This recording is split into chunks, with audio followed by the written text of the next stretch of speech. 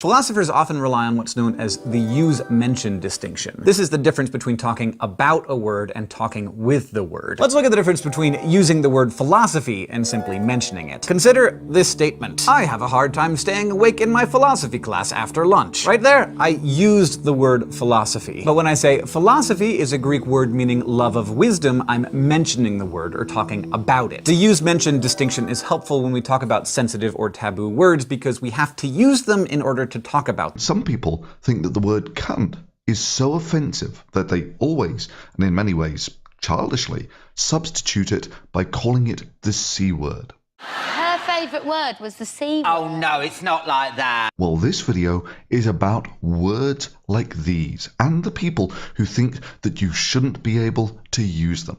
Words matter. Let's just ban the word bus. And when I point out that bitch is a gendered insult that demeans all women, again, most people get it. In a recent article titled How to Drive Brits Crazy, he states, turns out it's really easy. All it takes is 5 little words. Cunt is a sexist slur. So PZ tweeted this image here, which is meant to be a social justice warrior joke about what happens when the outraged about everything brigade want to point out that cunt is a misogynistic slur. Misogyny, as defined by the Blackwell Dictionary of Sociology, is a cultural attitude of hatred for females simply because they are female. More that I think that there are a lot of things that are part of a misogynist culture or milieu that would go by unnoticed by most women. They went unnoticed by me for most of my 20s. That is that it conveys hatred for all women. Firstly, colourful language is rarely literal. Your use of language has altered since our arrival. It is currently laced with, shall I say, more colourful metaphors. When people are saying words like dick or cunt, they are not literally referring to the genitalia of all men or women on the planet. Secondly, no, it doesn't drive Brits crazy. Indeed, quite the contrary. It just shows that you are perfectly fitting in to the stereotype of the archetypal American as the culturally narrow, braying moron. Show down. Ha ha ha! Ha ha ha! Chow dear! Chow dear! It's chowder! Say it right! Arrogantly thinking that your use of the language in your culture is how all other cultures around the world must use their language. Sorry, but language just isn't like that. It's very plastic in its meaning. Language is rarely that literal. When people refer to someone as a cunt, they're no more making a reference to the genitalia of women than calling someone a dick is a reference to male genitalia. Are you sure it isn't time for a colourful metaphor? Or that calling someone an uncle fucker is referencing someone who actually fucks their uncle. You're an uncle fucker, yes it's true, nobody fucks uncles quite like you. These are just colourful metaphors of our time. So no, around the world, the word cunt or fanny means different things in different cultures. Like in Australia, where the word cunt can almost be used as a term of endearment. Australia, try your day. Yeah, cunts, coming again to celebrate invasion. Try your day. Yeah, cunts. I mean, don't these people realise that language is context specific? The word nigger is neither universally offensive. Go back in there and chill them niggas out. You sending the whoop? You feel better, motherfucker?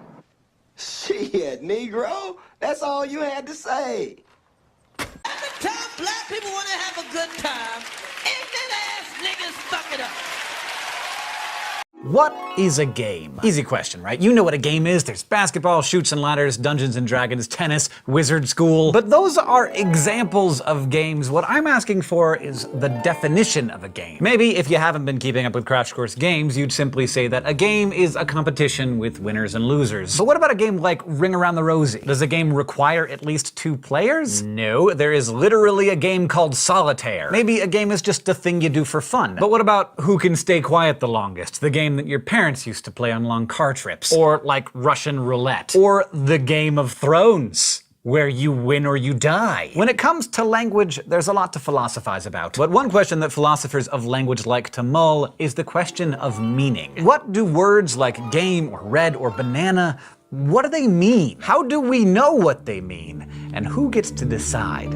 How do words, a collection of sounds or symbols, key into the mental concepts that we want to communicate? The naive understanding of what words mean is just that they're whatever the dictionary says, but we know that's not totally true. Think about the difference between words like cat, kitty, mouser, and feline. Early 20th century German philosopher Gottlob Frege helped parse out this difference by drawing a distinction between what he called sense and reference. The reference of a word is the object or concept that it's meant to designate. The reference of all of these words is this. Sense, on the other hand, is the way in which the words tie us to the object or concept. So while the reference of each of these words is the same, they have different senses. A kitty might be a baby cat or a sort of fancy lap cat, while a mouser might be a cat that lives in a barn and kills rodents for a living. So how do words get their meaning? A definition is traditionally understood as whatever meets the conditions for both necessity and sufficiency. A necessary condition is what's needed, like what must be present in order for a thing to be a thing, in order for X to be X. A necessary condition of being a bachelor, for example, is that you must be unmarried. A sufficient condition is something that's enough for X to be X, but it's not required for that thing to meet that definition. For example, being born in the US is a sufficient condition for being an American citizen, but it's not a necessary condition because people who weren't born in the US can still become citizens. The long-standing view of definitions was that if you can figure out both the necessary and sufficient conditions for something to be X,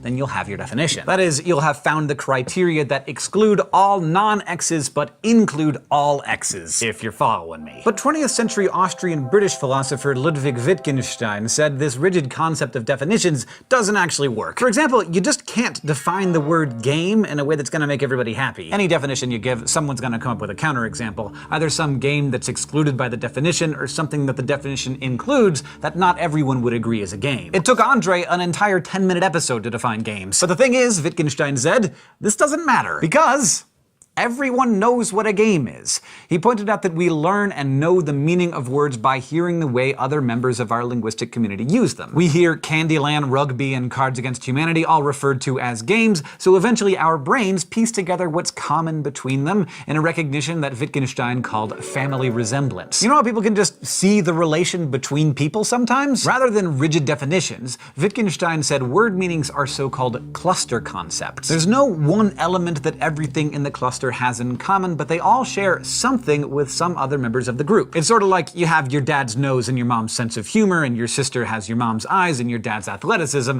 You and your sister don't really have much in common, but you do both resemble your parents. But it's not like every concept in the cluster is equal. The ones that everyone would accept are the paradigm cases. You can picture them in the center of the cluster. And as you move to the outer edges, you'll get fringe cases, the ones that some people would include in the group, but others would exclude. Everyone will agree that football is a game, but there's gonna be some disagreement about things like, I don't know, knife fights or how long you can hold your breath underwater. And Wittgenstein said that's fine. Language is a living phenomenon, and like most living things, there's going to be change and variation. But who gets to decide what words mean or if a meaning is legitimate? Here, Wittgenstein said, meaning is use. In other words, as long as a linguistic community uses a word in a particular way, it has that meaning. Watching the way words develop and change does suggest that Wittgenstein was onto something. I mean, mouse didn't used to mean that thing, but now it does. We make up new words as we need them, and at the same time, words also fall out of use or take on entirely new meanings. Now, this view of language assumes that meaning is tied to particular linguistic communities, and a community might or might not span all of the speakers of that language. Think about the regional differences in words that might be specific to your town or school or group of friends or family. And what about this? Do you and your best friend have code words? Words that you use to talk privately even when you're in public? Like the two of you could be at a club and one of you would say to the other, that guy at the bar is a total shoehorn, and the other one would know exactly what you meant.